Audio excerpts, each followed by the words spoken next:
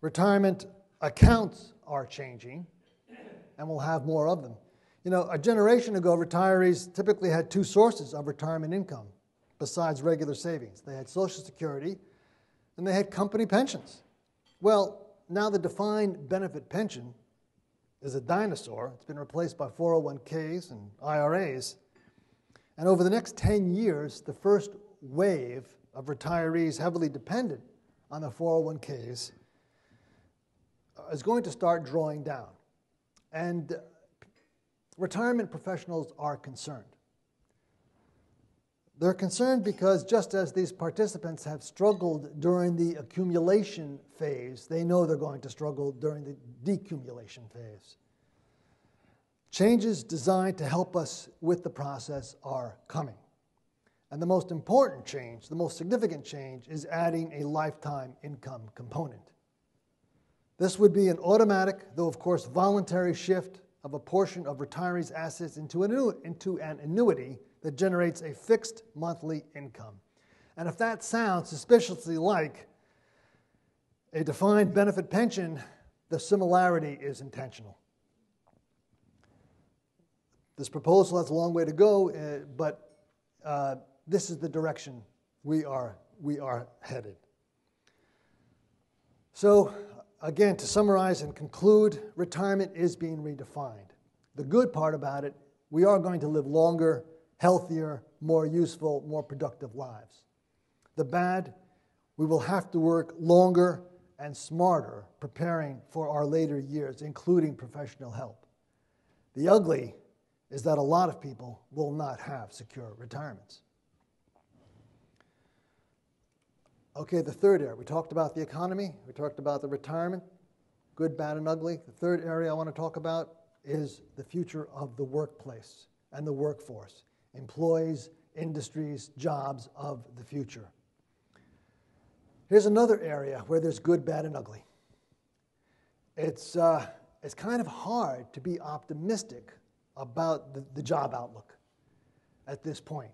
You've heard about the latest figures. The unemployment rate is up to 17% when you consider the unemployed plus the involuntary part-time workers. And if you also want to count the people who've given up looking for work and who are not counted in those statistics, the unemployment rate might be as high as 25%. That's shocking. That's incredible. That's tens of millions of people who are in need of full-time work. When you think that the economy has to create 125,000 jobs a month just to stay even with population growth, it's hard to be optimistic. But you know, and that's the bad. But there's a side of this that we don't see and hear about too much, and that is, even though millions of jobs are destroyed or ended every month, there are millions of new jobs that are being created. The problem is this mismatch between the skills required in the available jobs and the skills that the workforce has. This is a mismatch that has existed as long as I have been analyzing workforce trends, but maybe never as acute today. I mean, look at this list of jobs. These are the fastest growing jobs, according to the Bureau of Labor Statistics. Things like accountants, engineers, researchers, healthcare workers, including nurses, software sales representatives, actuaries, data analysts, physical therapists, electrical engineers, plant scientists, geotechnical engineers. I mean, all these sorts of skilled positions, which the people who have been laid off from GM or laid off from the construction industry, or laid off even from the banking industry. These are not the skills that they have. And they're not the skills easily attained in mid-career. So it's rather a paradox. We have a lot of good jobs, good paying jobs with good benefits, including retirement benefits, that are going begging, that employers can't fill because they can't find the people with the skills. At the same time, we've got tens of millions of people unemployed. So that's going to continue. That paradox is going to continue. What else will characterize the workforce and the workplace in these coming years? Well, the one thing that's for sure is that the ascendancy of women will continue. Women have been growing in size of the workforce. And, oh my goodness! In number, growing in number and in share, and in growth rate. Anything but size. And that's sure to continue. I mean, for example, the unemployment rate among men is about 10%. Among women, it's 7.6%. That's a gap of 2.4% difference. That's the largest it's ever been. So women are having an easier time to find jobs because the industries that have been most severely affected by this recession have been male-dominated professions, like construction, manufacturing, and finance. And industries that employ more women, like healthcare, education, natural sciences, and services, are continuing to show much more job growth. So women will continue the ascendancy of women will continue. Boomers will continue to dominate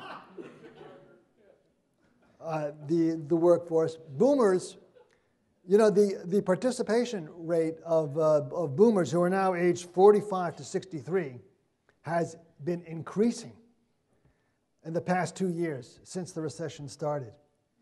It was decreasing before, now it's increasing. Boomers have to go back to work. They have to stay at work. They have no choice. They're running out of time. And the participation rate is now about 66% among boomers, that is to say 45 to 63-year-olds. And among, in fact, the number of Americans aged 65 and older who are working has risen by 700,000 over the past 2 years to about 6 million now, while the 16 to 24-year-old group has fallen by 2 million. You know, the unemployment rate among 16 to 24-year-olds is over 25%. Among minority youth, it's more like 50% in that age group. You know, boomers are going back to work, staying on the job. They have to, and that's why that is. That's going to continue. What else is going to reshape the labor force in the coming years? Well, the stimulus is reshaping the workforce and the labor force. We're talking about $1 trillion that's going to be coursing through the economy over the coming years. It's already started, but it's just been a trickle so far. And it really will affect the industries that are hiring. I mean, for example, what will be growing? Government work is going to grow. That's why Washington's doing so well, by the way. This is the richest city, and it's the fastest growing city in the country, and it's weathered the recession. I wonder why. That's going to continue to be true. Government work like teaching, healthcare, public works, construction, they've all got a direct infusion of stimulus cash. That will continue for years. You have hundreds of thousands of people in the federal workforce that will be retiring over the coming years. Do you know why? Because they have to find benefit pensions. That's right. It would cost them to keep working, but they'd be working for free. So they're retiring. They're going to take those pensions. That's going to open up hundreds of thousands of positions. So jobs will be growing there. Healthcare is growing. Healthcare jobs have been growing even right through the recession, like 17,000 a month. And that is going to explode because there have been hundreds of billions of dollars devoted in the stimulus bill towards healthcare that will be percolating through over the coming years. We're talking about science and research projects, local Medicaid expenditures, children's health programs, health insurance, and on.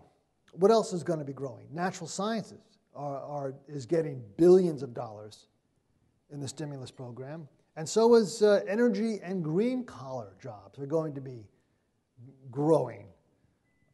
Projects like mass transit, modernizing the electric power grid, weatherizing government buildings. You know, I'm a bit of like Bjorn Lomborg, I'm a bit of an environmental skeptic myself. But as they say, follow the money. That's where the money is going. So, a lot of job growth in these areas. Now, it will still be, you're still going to be fortunate to have full-time work at high wages. That's going to be good work if you can get it. And you know, the real hidden bombshell in these recent unemployment numbers we got is the number of part-timers, not only the number of unemployed, but the number of people who do not have the hours that they want to work. In fact, the average national work week for hourly workers is now 33.2 hours, which is the lowest it's been in 30 years.